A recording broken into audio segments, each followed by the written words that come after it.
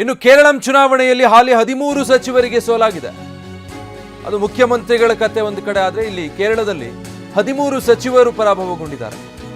ಪಿಣರಾಯಿ ವಿಜಯನ್ ಸಂಪುಟದ 21 ಸಚಿವರ ಪೈಕಿ 13 ಸಚಿವರು ಸೋಲು ಕಂಡಿದ್ದಾರೆ.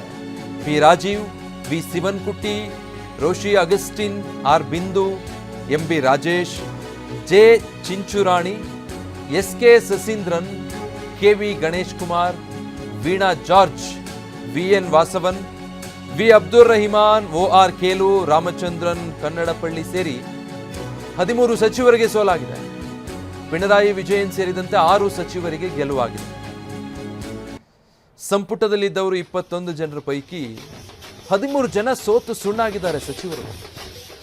ಕೇರಳದಲ್ಲಿ ಇದು ಎಷ್ಟರ ಮಟ್ಟಿಗೆ ಜನ ಬೇಸತ್ತಿದ್ರು ಆಡಳಿತದ ವಿರುದ್ಧ ಅನ್ನೋದಕ್ಕೆ ಅದು ಸಾಕ್ಷಿ. ಸಚಿವ ಸಂಪುಟದಲ್ಲಿದ್ದಂಥ ಬಹುತೇಕರ ಪೈಕಿ 75% ಅಂತ ಹೇಳ್ಬೋದು. 13 ಜನ ಸಚಿವರು ಸೋತಿದ್ದಾರೆ, 6 ಜನ ಗೆದ್ದಿದ್ದಾರೆ. ಪಿಣರಾಯಿ ವಿಜಯನ್ ಅವರು ಕೂಡ ಸೇರಿದ ಹಾಗೆ. LDF ಈ ಬಾರಿ ಕೇರಳದಲ್ಲಿ ನೈಪಥ್ಯಕ್ಕೆ ಸರಿದಿದೆ. ಕಾಂಗ್ರೆಸ್ ನೇತೃತ್ವದ UDF ಯುನೈಟೆಡ್ ಡೆಮಾಕ್ರೆಟಿಕ್ ಫ್ರಂಟ್ ಈ ಬಾರಿ ಅಧಿಕಾರವನ್ನು ಸ್ಥಾಪಿಸ್ತಾ ಇದೆ.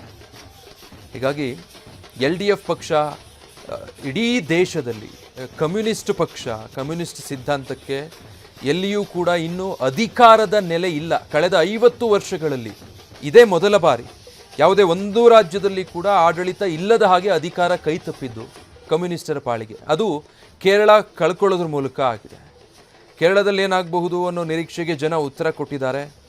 ಕಾಂಗ್ರೆಸ್ ನೇತೃತ್ವದ UDFಗೆ ಕೇರಳದಲ್ಲಿ ಜನ ಜೈಕಾರ ಹಾಕಿರೋದು. ಹೀಗಾಗಿ ಪಿಣರಾಯಿ ವಿಜಯನ್ ನೇತೃತ್ವದ LDF ಪರಾಭವಗೊಂಡಿದ್ದು ಒಂದಲ್ಲ ಎರಡಲ್ಲ, ಸರ್ಕಾರದ 13 ಸಚಿವರು ಮನೆಗೆ ಹೋಗಿದ್ದಾರೆ.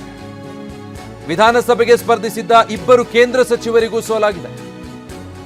ಕೇರಳಂ ವಿಧಾನಸಭೆಗೆ ಸ್ಪರ್ಧಿಸಿದ್ದಂತಹ ಕೇಂದ್ರ ಸಚಿವರು ಜಾರ್ಜ್ ಕುರಿಯನ್, ತಮಿಳುನಾಡು ವಿಧಾನಸಭೆಗೆ ಸ್ಪರ್ಧಿಸಿದ್ದಂಥ ಕೇಂದ್ರ ಸಚಿವ ಮುರುಗನ್, ಇವರಿಗೆ ಸೋಲಾಗಿದೆ. ಕೇರಳಂನ ಕಾಂಜಿರಪಳ್ಳಿ ಕ್ಷೇತ್ರದ BJP ಅಭ್ಯರ್ಥಿಯಾಗಿದ್ದರು ಜಾರ್ಜ್ ಕುರಿಯನ್. ಕೇಂದ್ರ ಮೀನುಗಾರಿಕೆ, ಪಶುಸಂಗೋಪನೆ, ಹೈನುಗಾರಿಕೆ ಮತ್ತು ಅಲ್ಪಸಂಖ್ಯಾತ ವ್ಯವಹಾರಗಳ ಖಾತೆಯನ್ನ ರಾಜ್ಯ ಸಚಿವರಾಗಿದ್ದಂಥವರು ಜಾರ್ಜ್ ಕುರಿಯನ್ ಸೋತಿದ್ದಾರೆ.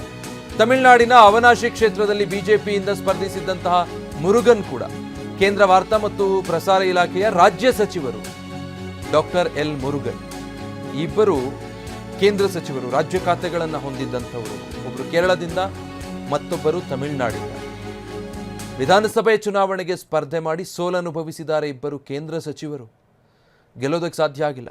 ಕೇರಳದಲ್ಲಿ 13 ರಾಜ್ಯ ಸಚಿವರು ಸಂಪುಟದಲ್ಲಿದ್ದಂಥವರು ಸೋತಿದ್ದಾರೆ. ತಮಿಳುನಾಡಲ್ಲಿ, ಪಶ್ಚಿಮ ಬಂಗಾಳದಲ್ಲಿ ಮುಖ್ಯಮಂತ್ರಿಗಳೇ ಸೋತು ಬಿಟ್ಟಿದ್ದಾರೆ.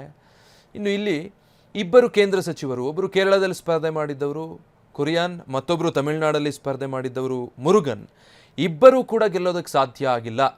ಇಬ್ಬರೂ ಕೂಡ ಜನರ ತೀರ್ಪಿಗೆ ತಲೆಬಾಗಿದ್ದಾರೆ. ಇಬ್ಬರನ್ನು ಕೂಡ ಜನರು ಸೋಲಿಸಿದ್ದಾರೆ.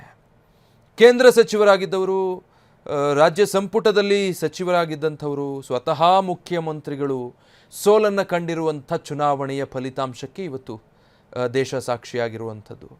ಪಶ್ಚಿಮ ಬಂಗಾಳ, ತಮಿಳುನಾಡಿನಲ್ಲಿ ಮಮತಾ ಬ್ಯಾನರ್ಜಿ, ಸ್ಟಾಲಿನ್ ತಮ್ಮದೇ ಸ್ವಂತ ಕ್ಷೇತ್ರಗಳಲ್ಲಿ ಸೋತಿದ್ದಾರೆ. ಮತ್ತೊಂದು ಕಡೆ ಕೇರಳದಲ್ಲಿ 13 ಸಚಿವರು ಸೋತು ಸುಣ್ಣಾಗಿದ್ದಾರೆ. ಇನ್ನು ಈ ಇಬ್ಬರು ಕೇಂದ್ರ ಸಚಿವರು ಕೂಡ ಸೋತಿದ್ದಾರೆ.